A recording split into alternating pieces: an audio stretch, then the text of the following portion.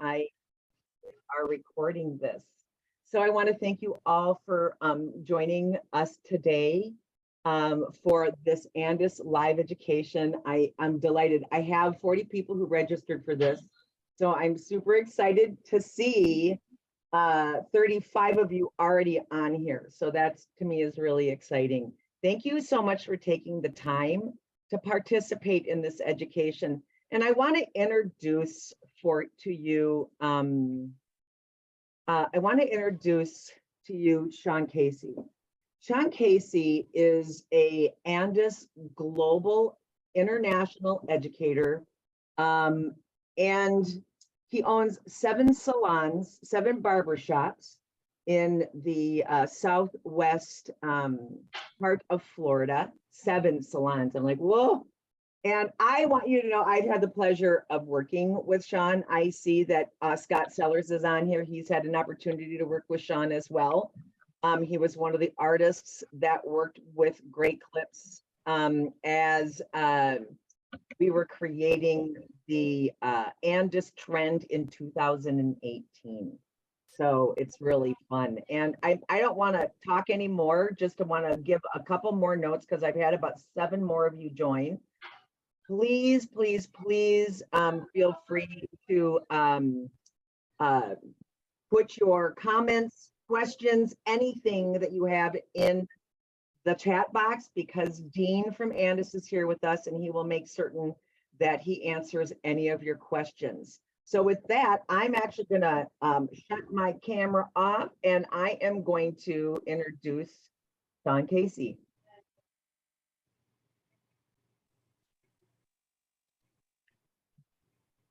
How you guys doing today?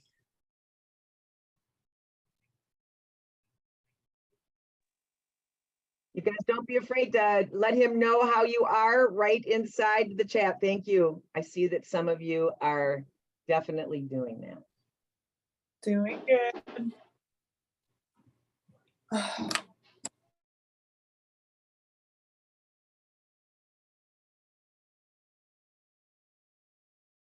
All yours, Sean.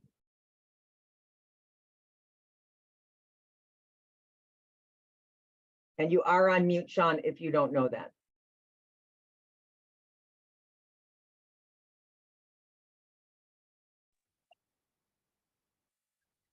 All right, guys, how you guys doing today? So thank you for having me. It's always a pleasure working with Great Clips. Sharon, me and Sharon have a lot of history together. We've done events in the past. She's brought me to very cool locations and worked with a lot of you guys before. So it's always appreciative and always being here. As she said, I'm representing Andis Clipper Company. So today I'm going to be demonstrating some haircuts to you, a gentleman style haircut using Andis clippers. The tools that I'm going to be using today, you should have in your kits or at your stations, is the Revite, which comes in the black and in white. They both have 2 separate blades when you buy them. One comes with a taper blade, one comes with a fade blade. Does anybody know the difference between the 2 blades? I see some heads shaking no, so great. The difference between the 2 blades is when you're working with this tool, this is an adjustable clipper. So this is the tool that I use when I'm working in between different lengths of hair. All right. So if I'm working with a fade blade, this is very flat. When its lever is in this closed position, I'm cutting as close as I can to the scalp. When I push the lever away, I'm pushing away from the scalp, leaving more hair from scalp to end. Now, when this lever is in this closed position, it cuts the same length as my bespoke trimmer. You guys have seen this before. Do you have this? All right. Love this new tool. It's actually a great tool that you can place on the charging dock as well as your cell phone. Well, I'm using my cell phone, but I can demonstrate. If you're working, you can place your cell phone here and it can charge your phone as well. So it's a new technology of tools that we're able to use charging docks. You can also place this on your phone charger. But now this blade right here is created to detail sharp lines. Now you can also use your trimmer when you're balding out hair as well. When this this clipper is in this lever is in this closed position. It's called a 5-0. The 5-0 is equivalent to cutting with my trimmer. So instead of me dulling my blade and just saving it for maybe outlining goatees, eyebrows, beard shaping, sideburns, necklines, and even hairlines, I can use my fade blade to remove both quickly and bald it to the bottom position. All right. Now, my taper blade, you can see that it has this beveled shape right here. Okay. See the thickness towards the bottom and see how it gets very thin on top? When this lever is in this closed position, you can see the blades getting pushed closely to the cutting blades being brought close to the still blade. When this is in this closed position, this is the same length as this tool opened all the way. So it goes into steps. 5-0, open it up to a 3-0. This closed is a 3-0. When you open up the lever, it turns into a number 1. So when I'm transitioning from one length to the next, this is where I like to use my lever. My personal favorite is using always the taper blade. If I'm removing hair at the very bottom to remove the bulk of especially doing a skin fade, I'm going to use my fade blade. Or if I'm trying to cut something exactly to the number that it's supposed to be. So since this lever is closed and it has a little bit of a thickness to the blade, and I take a number 2 guard and I cut, it's going to be a little bit longer than a number 2 because of the thickness of the cutting blade. I'm attaching a plastic guard onto a metal cutting blade. Now with my fade blade, when I place my number 2 on the blade itself, it's going to be exactly a number 2 because the blade is very thin. So it's not adding anything to the attachment. So if I was to cut everything down with a number 2, I would like to use my fade blade. What's great about these tools, they're they got rotary motor. Rotary motor allows you to cut through wet and dry hair. All right. So if your hair is a little bit damp and you're cutting through it and you're trying to speed up time, both of these tools are able to do this. Now, you don't need to have both tools. What we've created is you can pick the color preference that you like,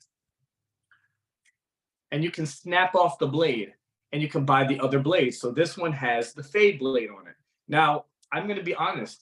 I don't know which tool actually comes with which blade. I'm assuming I have them on the correct one. I love the white one so much for my station because I feel like all my other tools are black. So I generally use my white tool all the time. So if you buy the one that comes with the blade, and I almost want to say that the white blade might have the white tool may have the fade blade. I can then buy the opposite blade and I can switch in between the 2 blades. So that's nice to have as well. So you don't have to have multiple tools on your station anymore. You can work with one tool and have the option of working with both.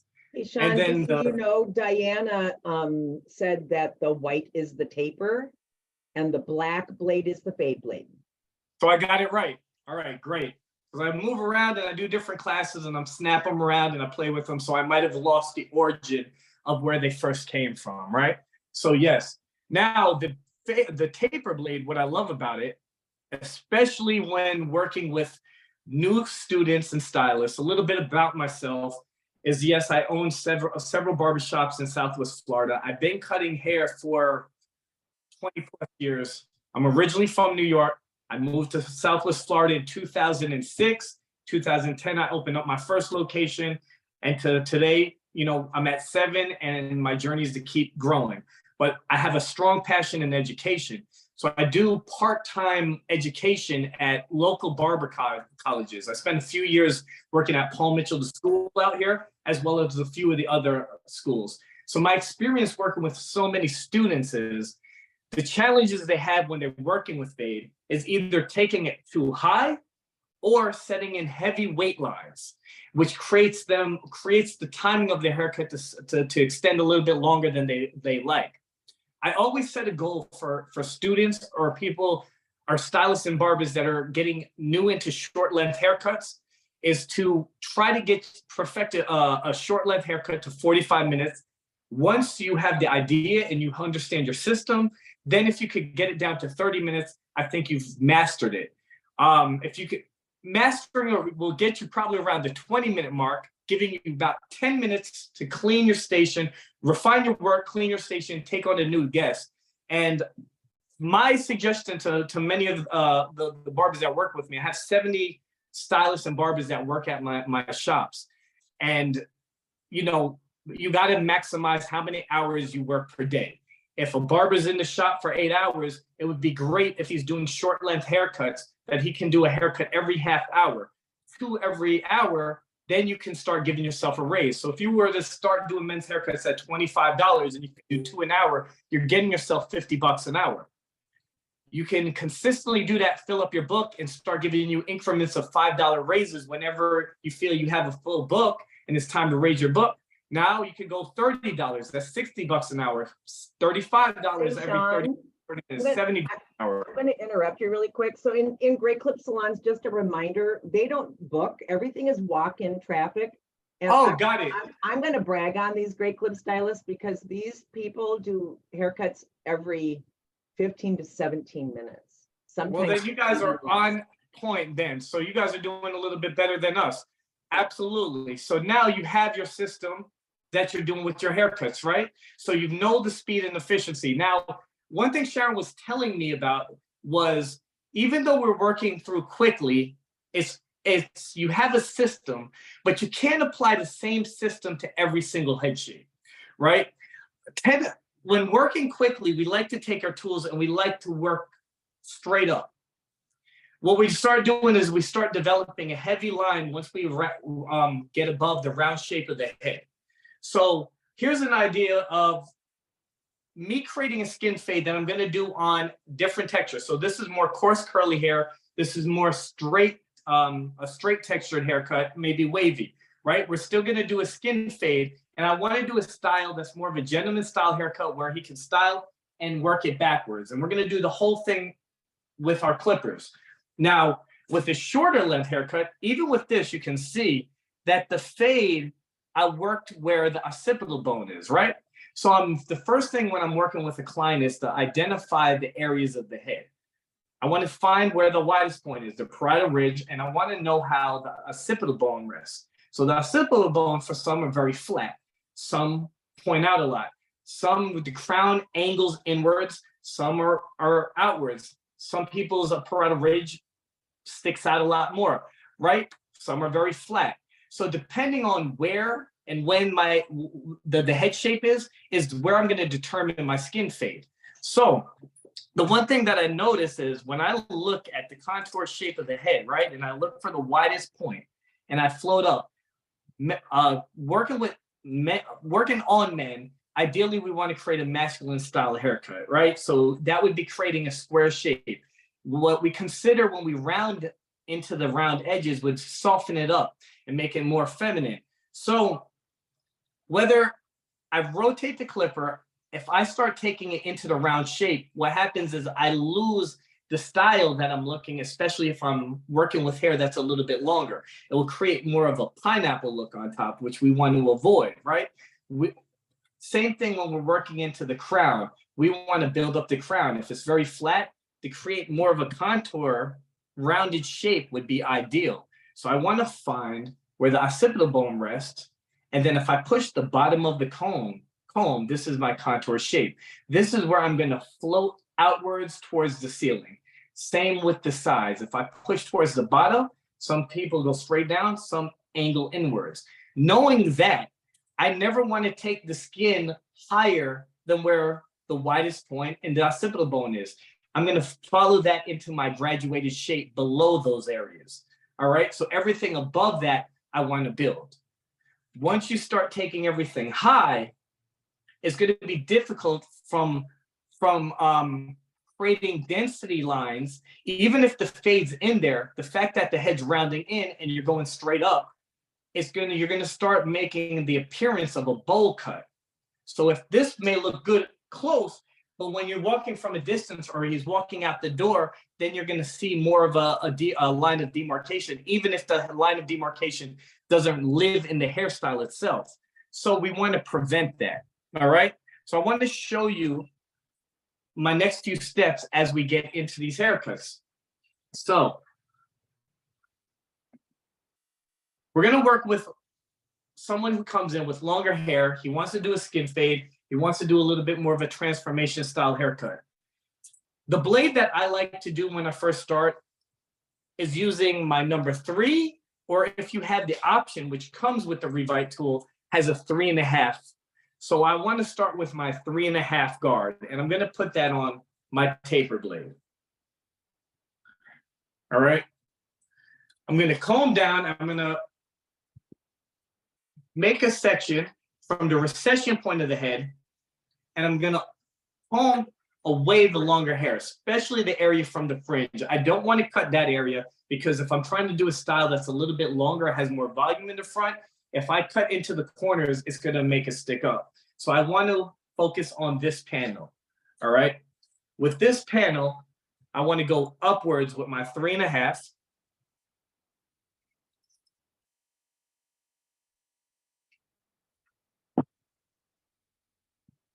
Okay. And I'm going to do a motion up. I'm going to float towards the ceiling. I'm going to start with a longer length. By me working from longer and working down, I'm going to prevent myself from taking it too high. If I start low and I do it with a 1 and I cut it too short, then it's forcing me to work out a heavier line of demarcation. So how about I reduce the weight in the haircut and gradually break it down till it gets down to skin length. So we're going to start, and I'm going to float upwards.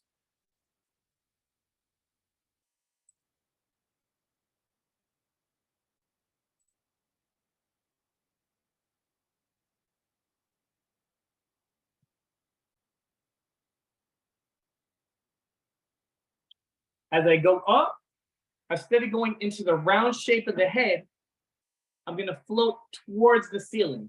So I'm lifting the hair at 45 degrees, and I'm feeding it into my blade. This is allowing me to create graduation, still maintaining that square shape. And I'm going to follow this around the head. So as I work towards the back, as the head's rounding inwards, I'm following the shape towards the ceiling. Now look, as I push it down towards the nape area, I'm floating upwards. I'm not cutting into the crown, because what happens if I cut too short into the crown area? It's going to stick up. It's a great way to sell product, right? Because you can say, hey, I could put some pomade in and slick it back down, right? And that's just a joke. We don't want to do that, because when any humidity sticks up, we want to make sure the haircut looks great. Walking out without any product, and product is going to be your enhancement. That's your finishing touch, the way the hair should naturally lay. So we're going to float from the nape to the occipital bone. As I'm floating towards the ceiling, I'm combing down and I'm feeding the hair into the blade. As the hair lifts, it's cutting at 90 degrees. As we know, when we're cutting at 90 degrees, we're building weight. As I lift hair above 90 degrees, I'm removing weight, essentially like cutting a layer. What I'm doing is I'm protecting myself from cutting too short into the area of the crown, right? So you can start seeing more of an ideal shape. I will get to the top later and remove this weight when I focus on cutting the shape on top of the head. Right now, we're going to gradually fade downwards. But you can start seeing your guest's natural shape of his head. So I'm removing this bolt.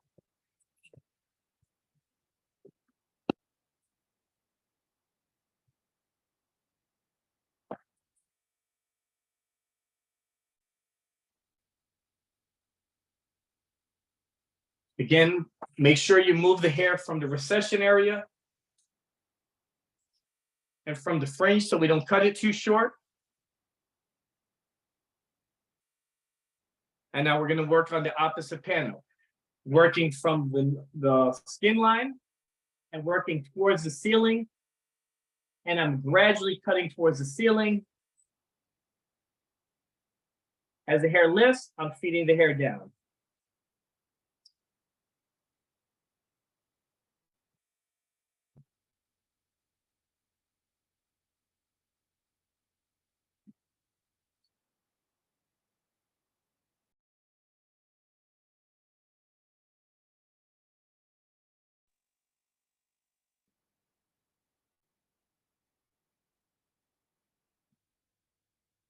Now, once I get it to the length that I want, now I'm going to take my 3.5 and I'm going to go transition into my number 2.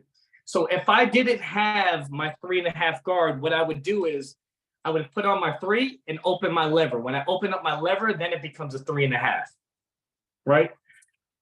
So just now we're going to gradually work from longer to shorter. So we're going to maintain on the style again. We're going to work on the same panel that I started the first time.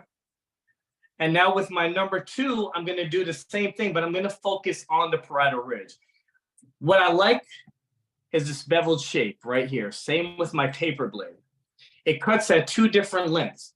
So if this is my hand and I'm cutting with the back of the blade, I'm skimming through. There's more distance from the cutting area to my hand.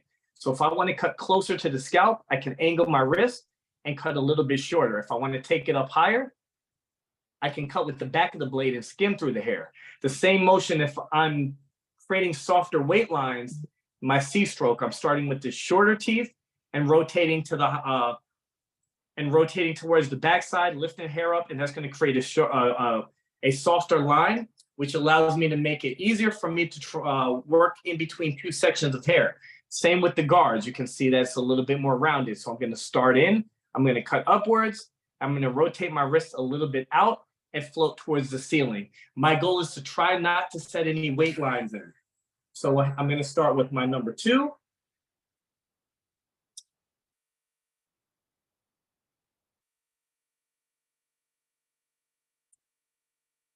And I'm not going to go as high as I did previously. I'm just going to go straight up as it's getting to the area that I started my first section. So think about the parietal ridge. I was cutting about 3 fingers above that with my 3.5 floating towards the ceiling. I'm going to drop it down 2 fingers. Now I'm working on the base shape, the widest point, the parietal ridge. And I'm going to cut this area and debulk the area with my number 2.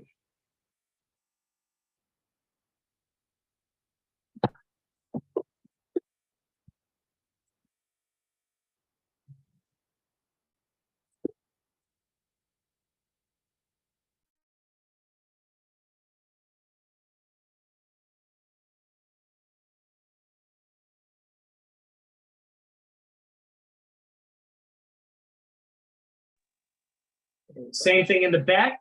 I'm going to start at the bottom. I'm going to do the same motion with my number 2, floating into where I cut with my 3.5. This is allowing me not to set any weight lines. Notice I'm combing down, cutting against, combing down, cutting against, and I'm floating with the shape of the head. All right, follow that around the head shape.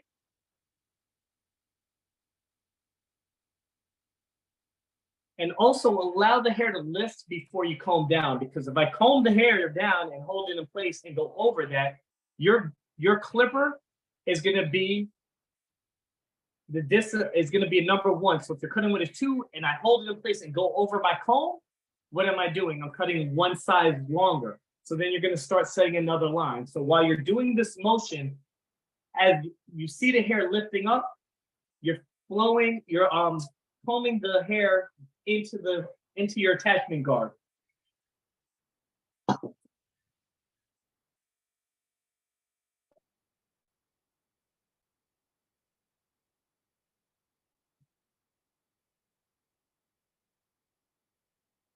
All right. So I know I'm starting at towards the bottom. I'm lifting up. I'm reaching to where the parietal ridge is. I'm not cutting into the round shape of the head. And I'm allowing one guard to work right into the previous guard. So working from longer to shorter. Again, I like doing this method because when you're working from short to long, you see each step and you have to do different. So I create one line, then cut above it, then work in between. And then I do those step style fading. This allows me to go from longer all the way down to shorter length. All right, so now we're going to take it down one length and we're going to take it number 1. So we went 3.5. Sean, there's a question out here from Felicia. Yes. Alicia just wants to know a little bit more about if it's above 90 degrees, like 180. Does that remove the weight, and less than that, like a 45 adds weight? She's just trying to get it wrapped around. 45 is going to lose. So if this is a 90 degrees, right? And I'm cutting right here, and I cut across the hair, what I'm doing is building up weight. All right. But once I lift the hair up and cut above anything above 90 degrees, so at 45, all the way across, doesn't matter. What I do from anything above 90 degrees, I'm removing weight. So essentially, when I'm lifting up the hair, if I cut upwards and I pull the clipper away, I start setting a heavier line of demarcation. But if I lift and I follow through and I'm pushing the hair upwards and I'm floating down, these longer hairs will reduce weight and it will gradually blend in together. Does that make sense? Nice. So anytime I'm cutting, I don't want to cut and pull out and cut and pull out, because then you're just going to create steps. So I'm always floating through. Okay? So now as you're going to notice a little bit more as we get closer towards the scalp. The easy part is working from the longer length. Now, some would say their biggest mistake and biggest challenge, and I know myself when I first started cutting, was cutting too heavy into the crown and into the round shape and creating it too square and setting those harder lines. So, but as you understand this process, you can follow through it. So when you start getting to the lower area, this is where as you get shorter, that's when you're going to start seeing more of the lines. So it's important to have that flow while you're working through the hair. So now I have my number one. So about 3 fingers above the round shape was with my 3.5. 2 fingers with my number 2 was right around the parietal ridge, the occipital bone, into the nape, and into the temporal area. Now everything below that, I'm going to go with my 1 finger right below that with my number 1. You can open up your lever to its number 1.5 position. Anytime you open your lever, your guard turns it opens a half size longer.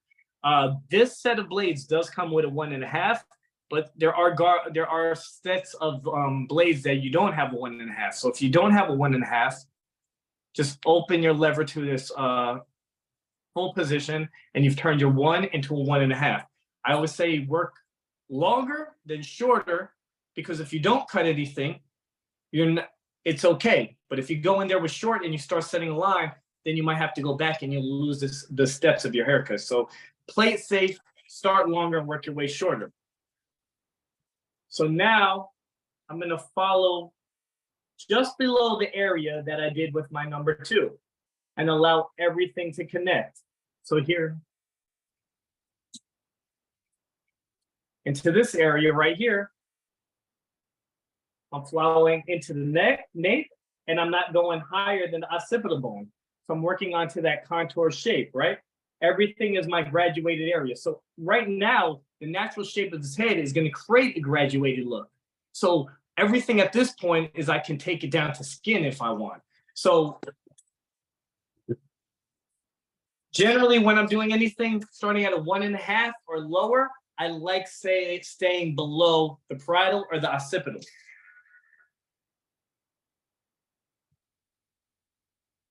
I'm going to follow around the nape. I'm 1.5.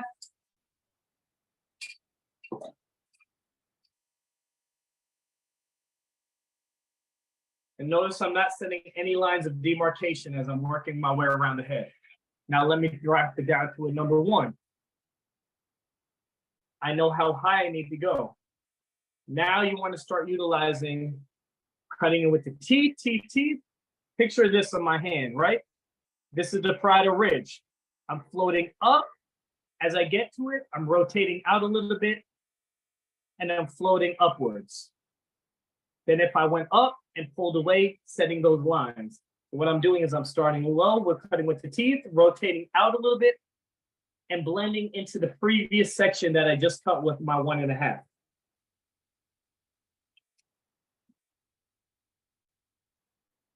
And you still can cut with speed. So great clips, cutting at 15 minutes for your haircuts.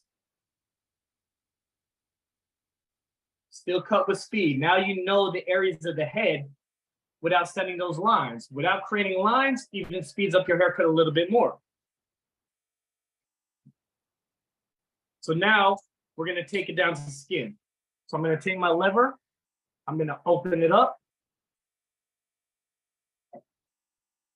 That motion, that blade, teeth to end. So I'm gonna start at the bottom. Take it where the temporal area is, right here, where that point is, where the C, someone's a sideburn and it has that C that connects into the area where the recession area is. I'm taking it to where that C area is, right? So where your temple point would be, like I'm doing any type of fade, I follow it around. So if someone has more of a protruding hair, occipital bone, I like to keep it a lot lower because I don't want to expose that bone. If somebody's very flat, I can go evenly around the head. Somebody angles inwards, I can take it a little bit higher so it doesn't showcase the occipital. So it depends on the length and the bone structure of the head, where and when I'm going to place my face. So what I'm going to do is, this mannequin has more of an ideal shaped head. I'm going to go a little bit below the section. And I'm going to follow from the temple point right to where the occipital bone meets, where it goes, graduates down to where the nape is. Start with the teeth and float up using the back of my blade. All right. Teeth and use the back of the blade.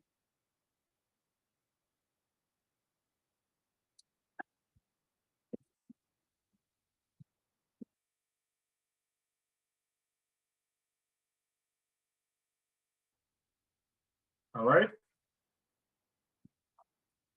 Not setting any lines into the haircut as I'm going lower and lower.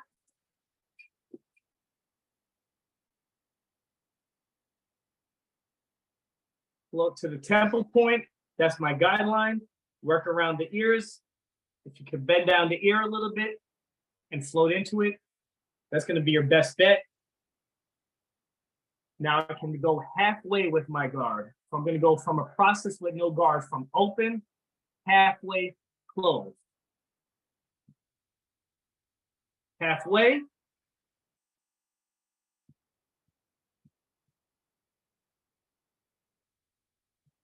Stay a little bit below the section. So you're gradually working its way down, creating more of a shadow fade. All right.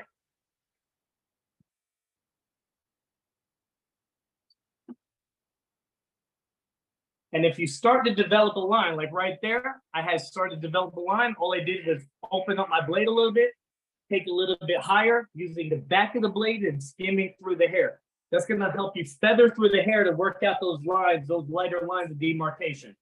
So now I have the blade in its half position, and now I'm going to close it all the way. And at the bottom portion of the nape, I'm going to take it down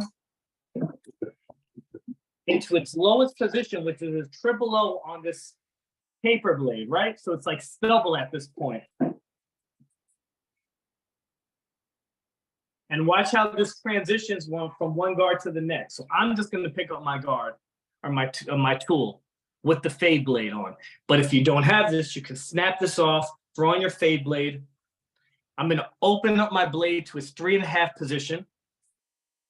I know how high I need to go without setting another line because this open is the same as this closed.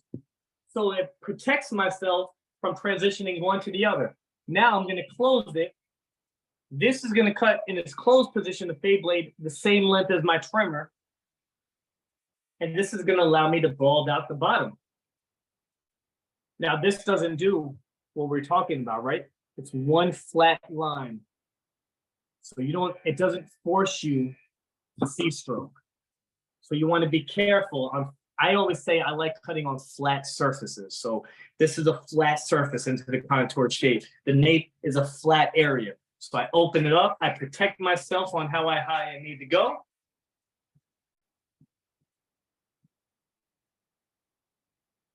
Then I can close it. And I can bald out the hair. This is cutting the hair down right to stubble. This is right before I need to shave it with my research shaver.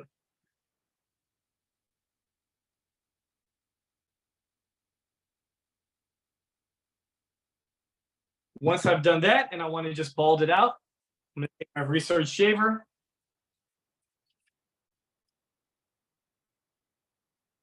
And I love jumping right into the step because now I know how high. You don't want to go as high as you did with your fade blade closed, or if you're doing this fade with your trimmer. The same thing, right? That last step, I want to retrace those areas that I just did. I want to trace right over the area that I just cut with the blade without getting as high. And I'm doing the same motion with my research shaver. I'm using it like a clipper.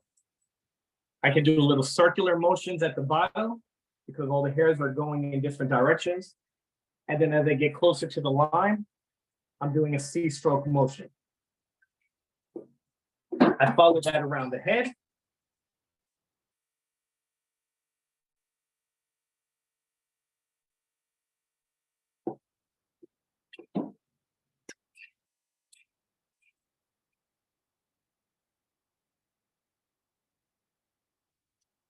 And then I bald it out. And this is a good way for me to maintain and still bring it down to skin without taking it too high compared to if I'm working with someone a little bit shorter, right? Just another option.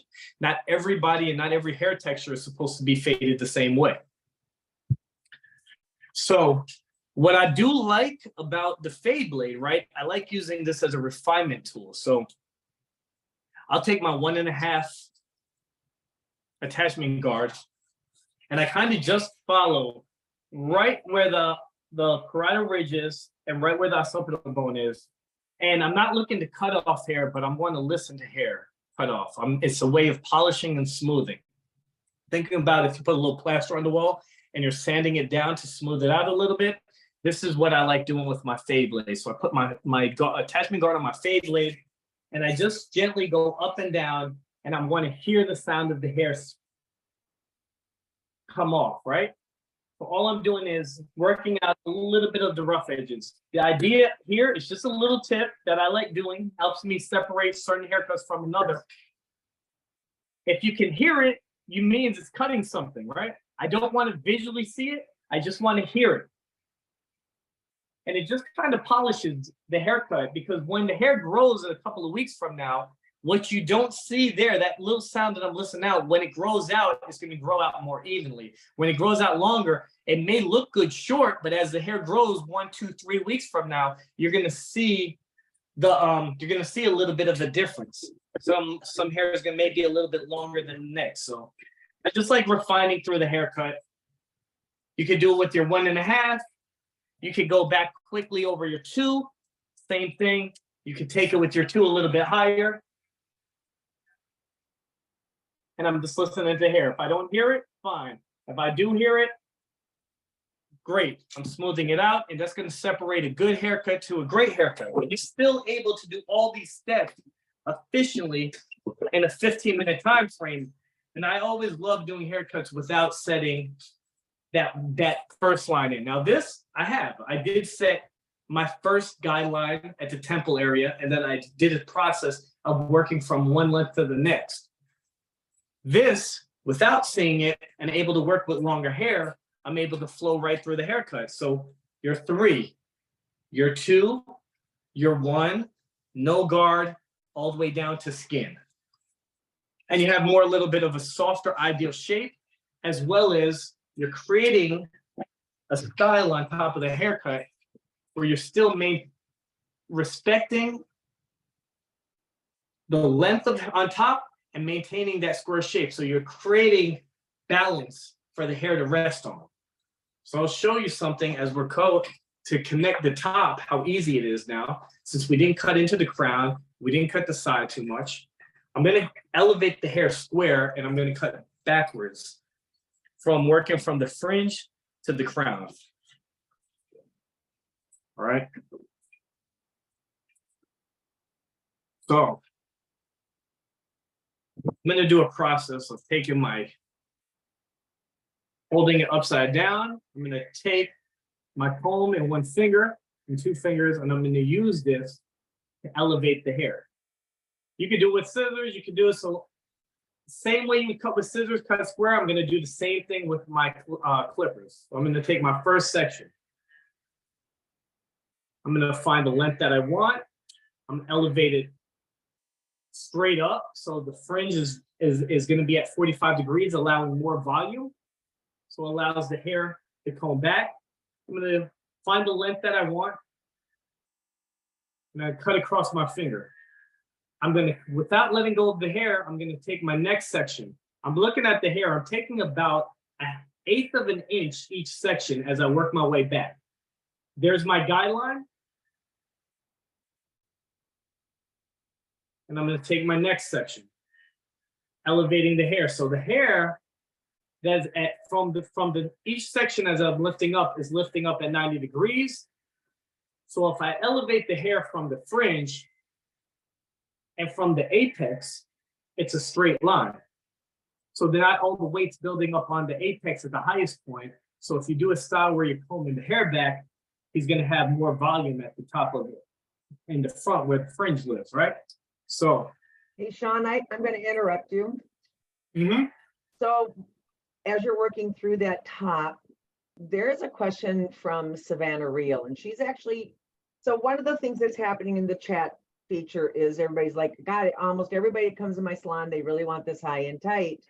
And her question is, if they want the zero higher, which a bunch of guys do in her salon with longer hair, and the shape of their head protrudes or indents above the parietal, leading up to the very top of the head, what would be best? So I guess, Savannah, if you could just unmute yourself and ask your question, because I'm not really certain what you're asking. And I want to make certain that you get your answer.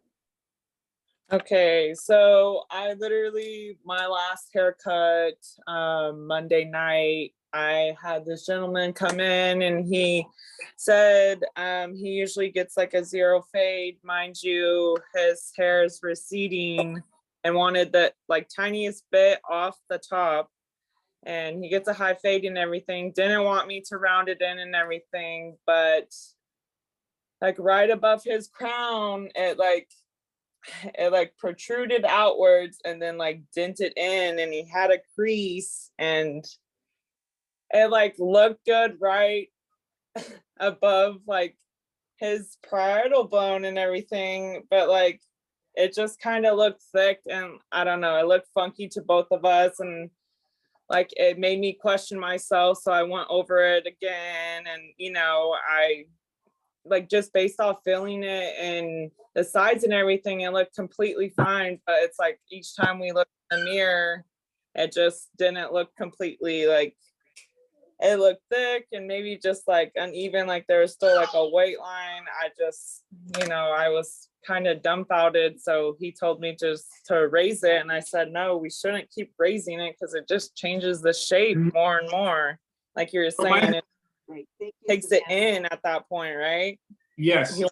Where Mm-hmm.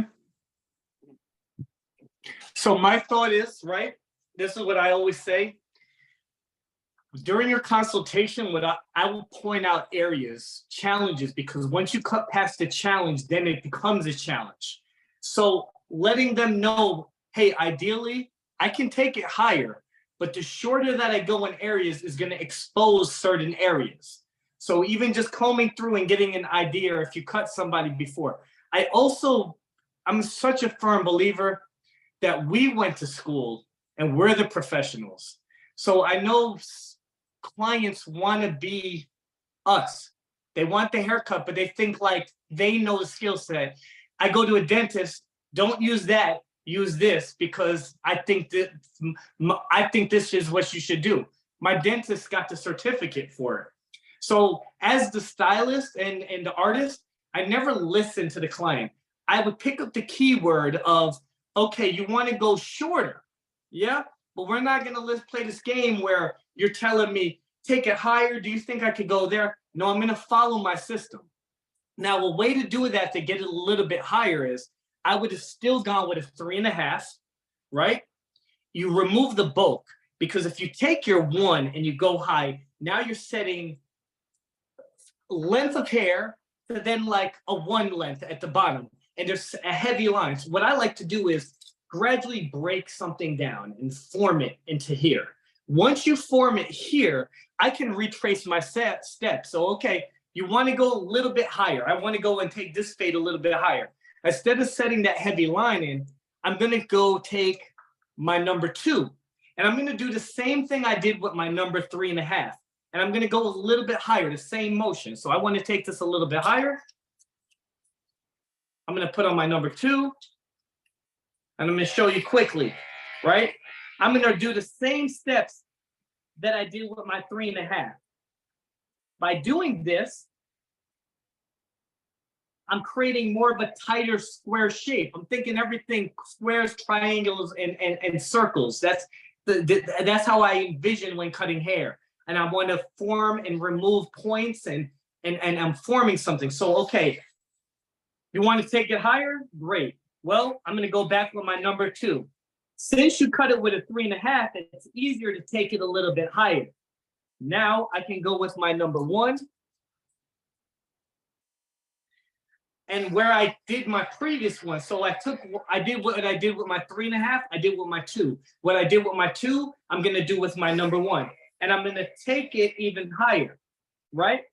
So what I'm doing is I'm breaking down the hair at the parietal ridge. So what I'm doing is just kind of breaking that down a little bit shorter, but I'm still maintaining a tighter square shape above that because the head's naturally going to round.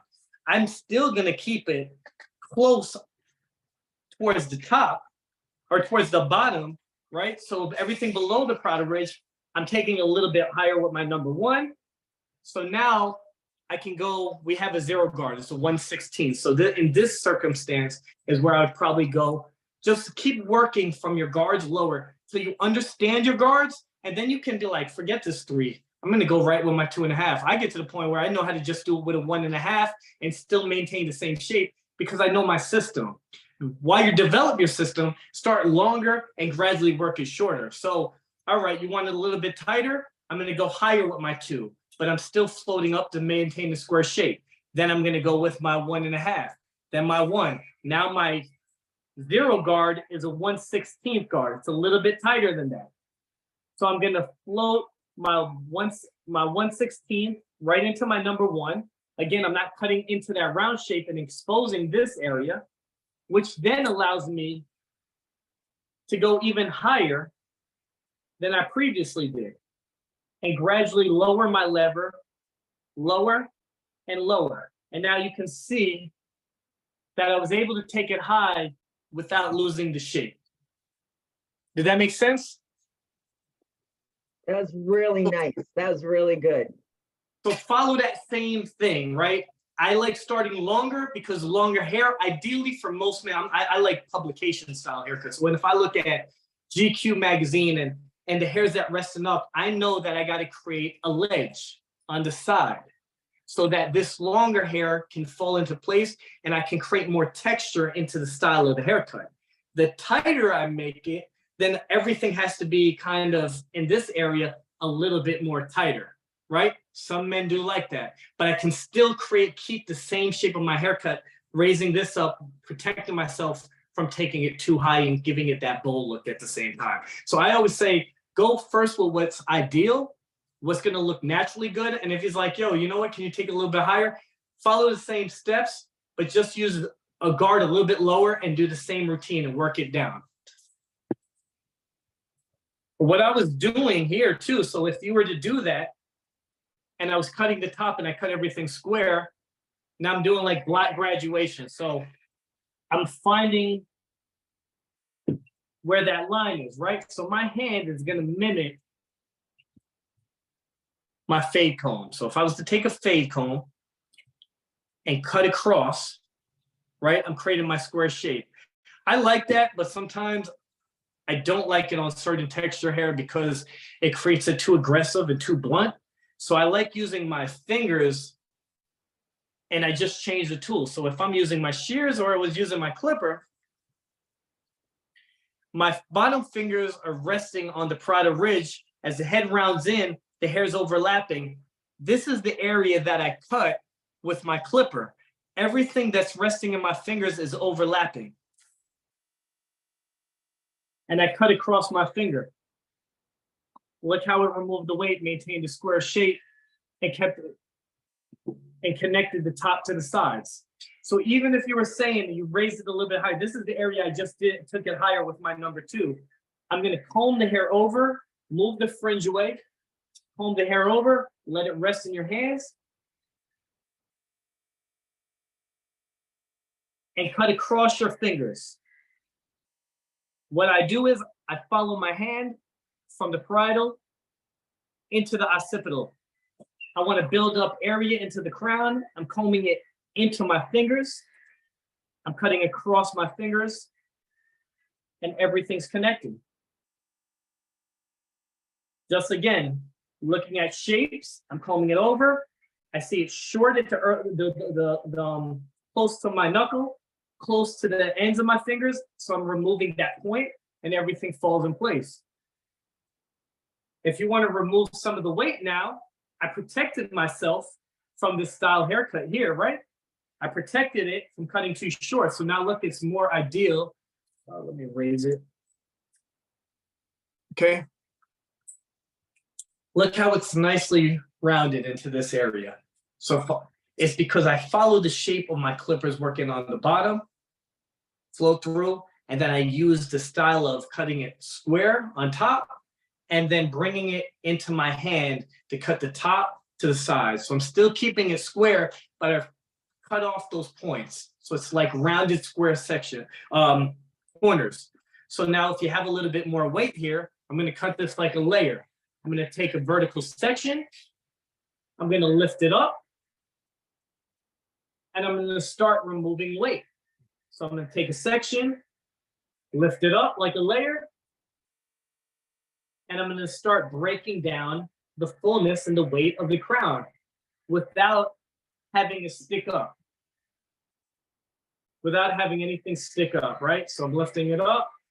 If I have a cowlick, right, and I find a cowlick, what I'll do with that cowlick, I comb the cowlick into my hand.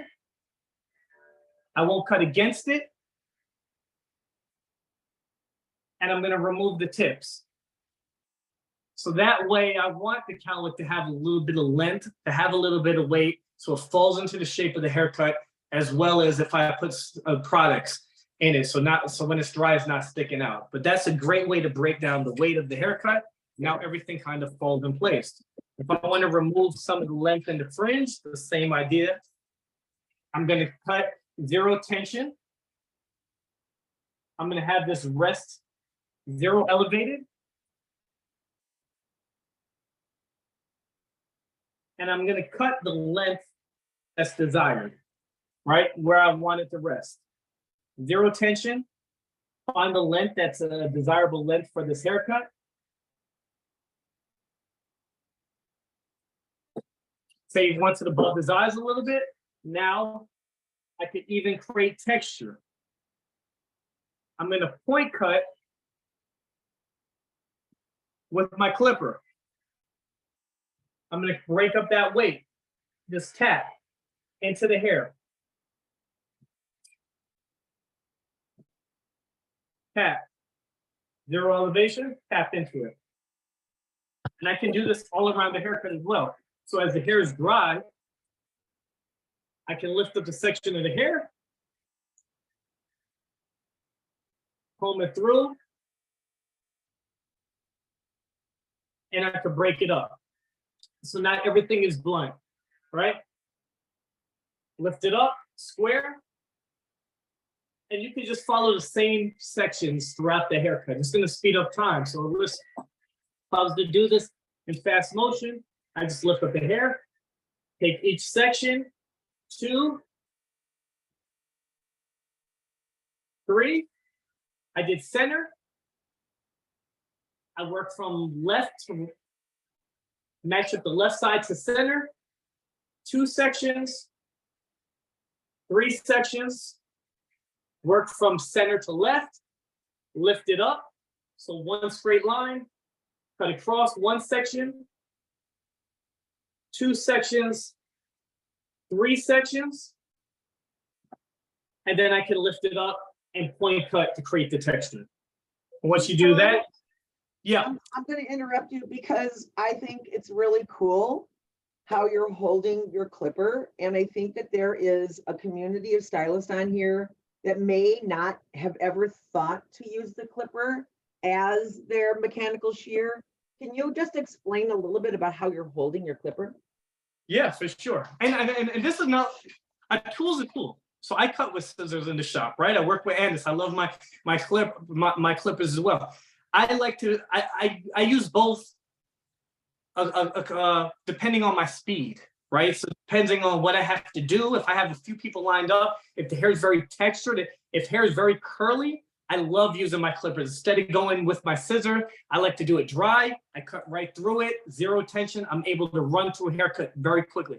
If I drop my shears, I have the option of using my clippers. If I have to travel and I can't bring my shears with me to a location, I can still do the same haircut and vice versa. I should always be prepared and have the knowledge to do so many different techniques to establish a haircut. It's funny because, you know, on social media and stuff, you may show these things and people tell you what's right and wrong and the correct way and it's the only way. There is no right way. It's like telling a caveman how to invent a wheel. As long as it can roll, the job is done correctly. It's an art, right? But I want to know how to do something as many ways as I can. So if I could do a haircut all with shears, if I could do it all with clippers, if I could do anything to create the style, then I want to learn that style. So for what I did, which will allow me to work through it and create a little bit more speed throughout the haircut. Also, if I'm working with certain textures, I love doing this technique. I take my clipper, I rest it on my hand face downwards. All right. When my normal position is, the blade is towards my thumb, so I'm cutting thumb close to scalp. I'm spinning it around. The blade is faced towards the bottom now. All right. I'm going to have it on. While it's on, I'm going to take my comb facing away from my fingers. The teeth are away from my fingers, not towards my fingers, away. So face down, close, open it up, place your comb in between, whichever is comfortable for you. Could be your index and your middle, could be your middle and your ring. I like the ring in my middle because it allows me to have a little bit more room, and it almost pushes the clipper away from the hair while I'm working. So I have a little bit more control this way with this angle. See, if I'm here, I got to elevate my elbow a little bit differently. So it's a little bit more relaxing if I can get in the motion between my middle finger and my ring finger. By doing this, I can just grab the section of hair and I can comb up, right? Find that area, cut against your fingers. Grab that area, point cut, tap, tap. And you never got to worry about band-aids on your fingers either.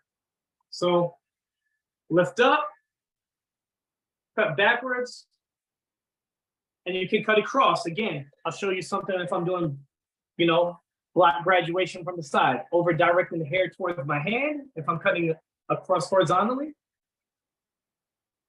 Just like a fade comb and a clipper, I'm doing this with my hand and my blade. And I'm cutting across. So I have any type of way of cutting with my tool, right? So there is never a wrong way when doing hair. That's what I firmly believe. It's the outcome. Certain textures and stuff, there's certain tools that I like to bring the texture out. I think that's the most important. How my guests look amazing, tell all his friends and feel confident and feel good, you know, man, woman, whatever, wants to feel amazing at the end of the service. They have things they want to do. They just, it brings the best out of them. So we're a big part of that in their lives. So now that I'm going to show you, I've done the style.